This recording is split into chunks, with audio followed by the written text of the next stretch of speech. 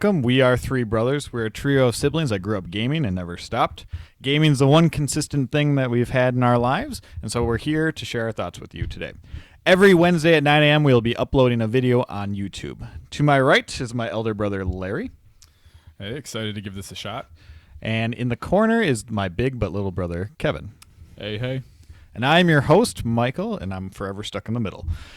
Each and every week, we will start with a segment we like to call Gaming Recap. It's going to be just what we've been gaming this week and our thoughts on them. So we'll start off with Kevin. What have you been gaming this week? Recently, I purchased this game called Enter the Gungeon. It's an arcade shooter where it has a Dark Souls-esque play style where it's very challenging. And As hard as Dark Souls? I want to maybe not as hard. The technique is more simple in aspect, but getting through it is a lot tougher because you literally, like in Dark Souls, you lose your souls, but you don't lose your items. Whereas in this game, you lose all your items. And it sucks. And then when you're going through, like the maps are randomly generated, so you can't plan your path. So it's frustrating.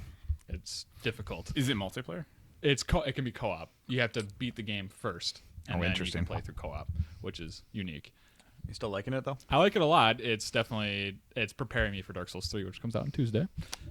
Hell yeah. Actually, it'll probably be out by the time this video launches. So That's true. hopefully we'll be gaming with that, too. Anything else you've been playing?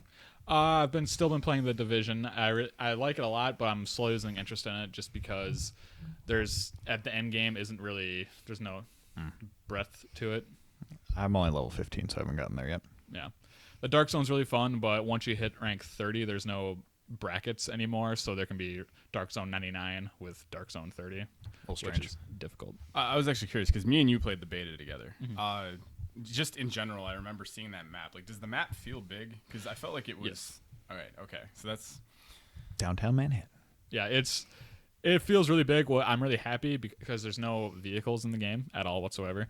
So in the beta, there was no fast travel from what I recall, but now there is a fast travel option. You can go to different safe houses. That was something that frustrated me a lot. So that's a good inclusion. Both games you'd recommend? Yeah, I would. All right, cool. How about you, Larry? Well, I mean, I have a lot of games that are on my library that I've not even started yet, but one that I've just started playing. I got it actually over Christmas. Was StarCraft II: Legacy of the Void. Obviously, that was a game that we all kind of grew up playing. It's an RTS, something that I don't think any of us are. When did the original one come out? I think it was 98.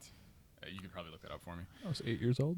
Yeah, so just to give you an idea, I mean, it's been 18 years. I've been waiting to hear the conclusion because, again, my favorite race is the Protoss. Zerg all the way.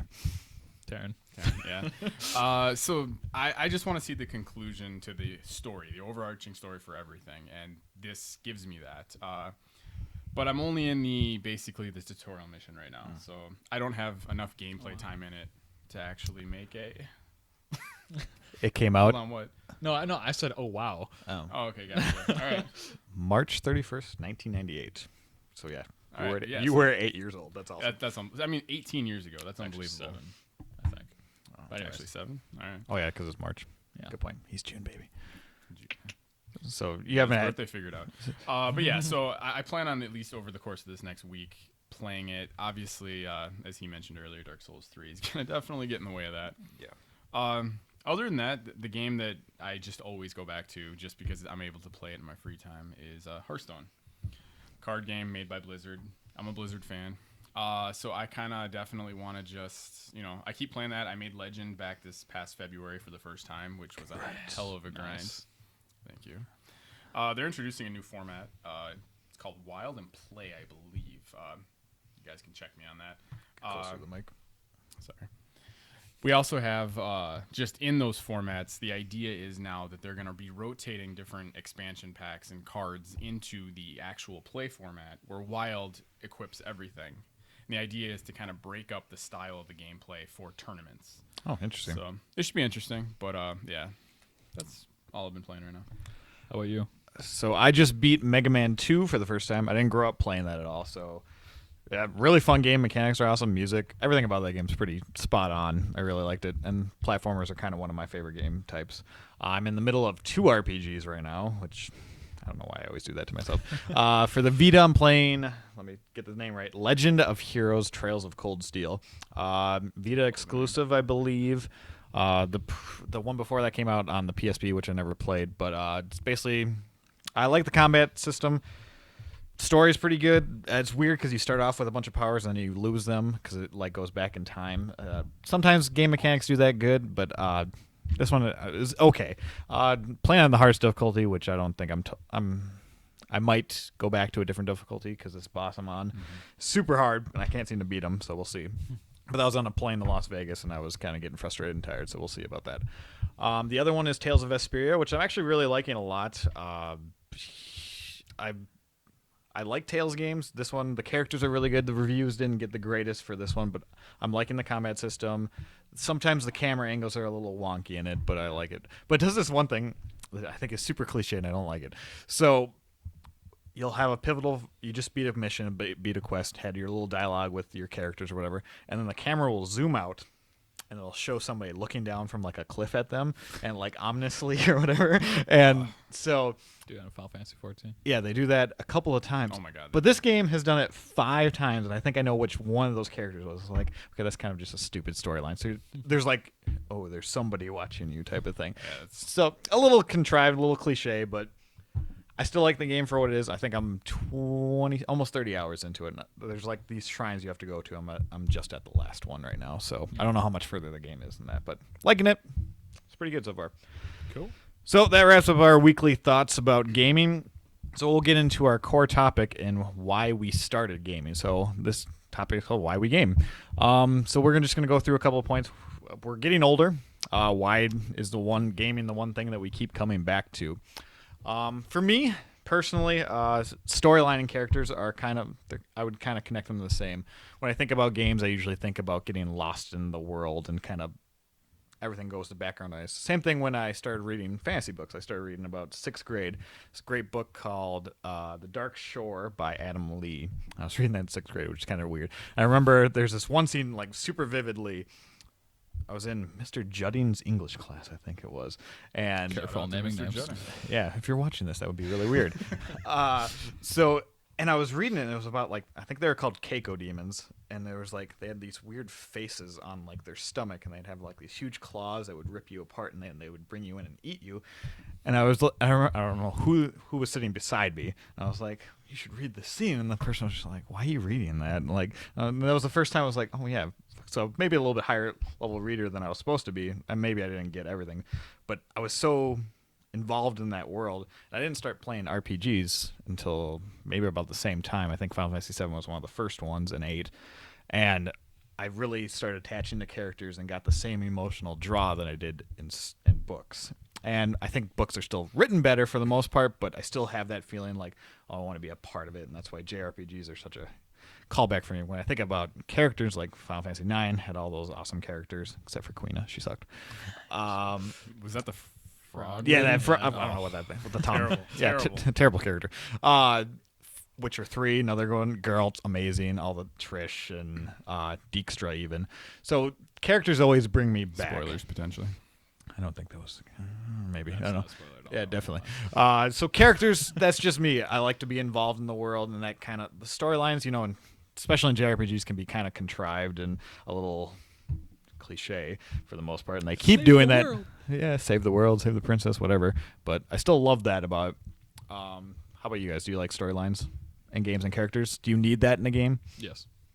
Okay. Yeah, definitely storylines. Kind of going more into that. I think all three of us have always been big storyline guys. You've definitely leaned more towards like the JRP side of it. I tend to like I want to be kind of told where to go, but I like the freedom to go outside of that too. Yeah. So a game that can hit those points well usually really goes well with me. Yeah, I would agree.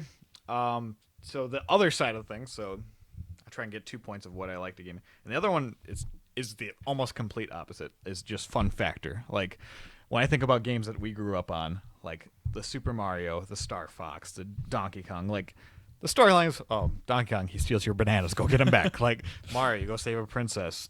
Star Fox is a little bit better, but those games, like those core Nintendo games, is why I think I started gaming. It was fun, and we grew up, gaming together, so we have a little different take than some people because we always had each other, especially the N64. We always had 3 of us to play multiplayer games. I think of all those times we played Perfect Dark, and just the fun. We stayed up so late and eating our chips and drinking our pop and Stealing my topic idea, but okay. sorry. So it's just. Games are meant to be fun, and if some people, I don't always want to just lose myself to a game. Like Mega Man 2, like I can almost lose myself in that game just because of the music and the style and stuff, but I come back to it because it's fun, and that's what gaming is supposed to be at its core essential, I believe. Perfect Dark. That was the game with that had the Farsight gun, correct? Yep. Yes. And the laptop gun, correct? Yeah. Farsight Yeah. Wars. Oh, unbelievable. Unbelievable. They need to bring that back. Yeah, when we created the cardboard box, we couldn't screen The sheets. Xbox One or the Xbox One was trash. Yeah, but Well, at least Microsoft bought Rare and that to develop Yep. Perfect World. Yeah, Perfect Dark. went downhill from there. But that's a topic for another day. So yeah, just fun factor. I mean, I think of new games that do that really well too, like Towerfall Ascension, Rocket League. I mean, we're sitting there couch co-op playing those games, and even online, Helldivers. yeah. I mean, online too is still great. I mean, just because we can be at your house, you can be at ours. But I do love that couch co-op experience. That's why when my buddy Ben comes over and we play Dark Souls side by side, we just pull out another TV. Yeah. So those are my reasons why I just keep coming back. Obviously, there's other things in there, but those are my two main. It's the storyline and the fun factor. How about you, Larry? Honestly, for me, I think one of the thing that I always come back to, just in games in general, is, and we talk about it because when you think of fun factor on a game, you talk about being involved in the story. Mine's completely on the opposite end of that. Also, it's just the grind. It's getting to, let's say, at level 15. At level 15, I'll get this figured out. At level 15, you're going to unlock this weapon, this armor. Well, I like that process from level 7 to 15, what you have to do to get to that. And I've just always loved the ability of, we talk about, none of us are big MMO fans anymore. Me and you keep trying, but we just keep giving it, it fails. But like Perfect World is a great example of a game where we were able to just go out into the world, and it's that experience of just, farming, different creatures, bosses, whatever you need to gain experience in that process of getting to where you need to go, not just getting there. And so that's kind of always been something that's big with me. The other thing, again, since, all 3 of us, we obviously grew up, we were very close. And I just loved, one of our call to games that we always talk about is Morrowind. Such a good game. Exactly. And, well, one of its great features that not a lot of people on the console side knew about was you could actually create your own content on PC.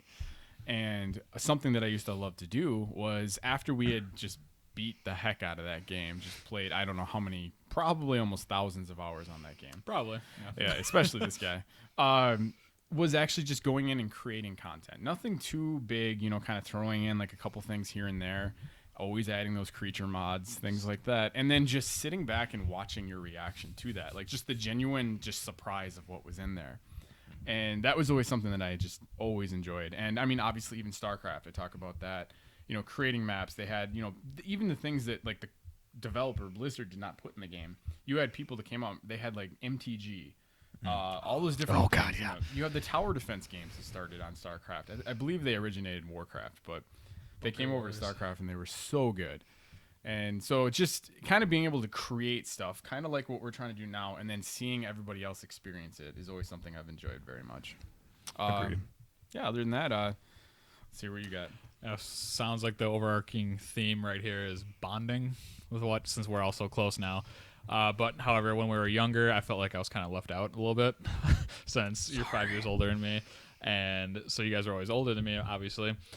That when we play, I got to go into your world, so to say, where I actually got to be part of the group when we were playing games. I remember one time we're actually down in this room and we're on that stupid old ass TV with a little knob you had to switch to the channels, and playing Bond. And our dad was saying like, "Hey, let Kevin play with you," and I was like, "Oh, I get to play with you guys. This is cool." And just actually being able to be a part of you guys' like time was really cool to me. And then just kind of experiencing those moments together was Shout out to Odd Job, by the way. yes, Jaws. Gus is my favorite. I don't even. Yeah, I was the Egyptian general. dude. Yeah, Yeah, yeah, you're- Forget- both. I think I forget- kept. Smoke? No, and, I don't even remember what his name was. I don't know. But yeah, so I was really nice, and then I always remember the moments like playing Mario. Oh, you know, gosh. cotton candy and everything like that was pretty sweet. And then so just growing up with you guys like that way was really I enjoyed it a lot. And I think the N64 probably helped that because with their Super Multiplayer. Nintendo, we didn't have the multi-tap adapter thing. I don't remember. I think that was called multi-tap. Maybe that was the PS2 one. We only had 2 controllers. I mean, we got to a point where we'd switch off eventually, but us being the older brothers, we always wanted to play first. So We did tend to do that, yeah. yes. Yeah, no, I remember all the nights of playing friggin' Mario Kart 64. oh my gosh, Battle mode. That was the greatest thing ever. I still want to say, like, in that battle mode, that what was the when you're tower level or when you're top Skyscraper. Skyscraper, thank you. Yes. Like, did they increase the speed? I know we always thought that. Because I swear that level was always so much faster than every level. Because I Yeah. believe that level was the craziest. What was is it Block Fort? Block for it. Yeah, like I Oh feel my like that was gosh, the one yeah. we probably used the most. That one and the one with the 3 levels on it. Did the current just this is a side subject, I guess, but Mario Kart, the newest one, did they ever add in battle mode? Yeah, but did? it's through tracks instead of like actual arenas. It's not as good. Oh. Get that shit figured out, Nintendo. Hopefully, NX. We'll talk Yeah, and about I that guess later. just my second reason why, I mean, there's many reasons why I like the game, but I guess the top 2 was escapism, which is kind of what Michael was talking about, whereas I just like to leave the struggles of life and live in a whole different world and just experience all that and take it all in and go from there. Yeah. Really. Well, in kind of going off of that, that's one of my biggest things with video games is kind of the UI or the just the user interface in general, just how the HUD, all that stuff. If you're able to remove all that from the gameplay, to me, that's a big moment because I love it when you're able to actually engross yourself and get lost in the character. Because then if you're like going kind of just around the world and all of a sudden this little icon pops up over one of the NPCs, sometimes that can be immersion breaking. And I understand some games you need that. Yeah. But I love when you can actually remove that because then you can truly get lost. And I think it's weird. We've kind of gone backwards with that because in the beginning, I don't think there was a lot of HUD displays. Maybe because of technology. But I was playing Mega Man 2. Literally, the only thing on your screen is your health bar. And then if you press like the start button, then you have options of your switching of your guys that you just killed. And then you think about like Final Fantasy VII when you're in the overworld, there was nothing, even walking around. I think a lot of that goes back to, and this is definitely can- a subject for another day, would Yes. be the hand-holding in video games. Because you even look at Oh, I'm Morrowind. totally dumber now. Oh, yeah. It's just, I mean, Well, you talk about Morrowind, like we keep bringing that up, but journal. it's just, I love like it. you literally were told like here's where you have to go. It's like go to this rock, then there's a tower, make a Oh, head yeah. east. I forgot about that. Yeah. And nowadays it's just you click it and there's a little icon that shows you exactly where you Waypoint, gotta yeah. go.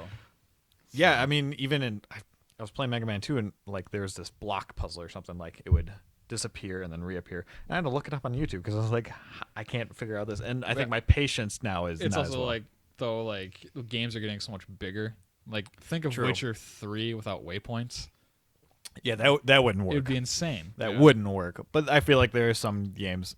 I mean, if you compare past Zeldas to like Skyward Sword, like that thing told you what to do every second. Yeah. And some people are like, "Oh, I needed that," and then they would complain back in the day about, "I don't know where to go," yada yada. But some of that, yeah. Okay, that's definitely a subject for another day because we could totally talk about that. True. But yeah, escapism. I mean, that's the same thing kind of with me. I want to escape into a game. Not everybody wants to do that, but I mean, I'm all up for virtual reality if I can live in a video game world for a while. Pokemon. Yeah, well, and that's the typical thing is like you're playing the video game. It's a form of entertainment. When you're watching, sports and stuff like that, you want to get lost in the moment, kind of forget about everything else. And that's the same thing with video games. You're playing it to engross yourself in that world. The creators, developers have made this world for us. They want to show you something. They're telling you a story. So, I mean, I would hope that's what most people play video games for. There's obviously, competitive reasons for it. We can talk about that someday too, but yeah, I think we all agree with that. I mean, the sports thing actually makes sense because think about it. If you go to a game, like a Twins game or something, we're from Minnesota, sorry. It's cold up here, y'all. If you go to the game, it's totally a different experience than actually watching it at your TV. Mm-hmm.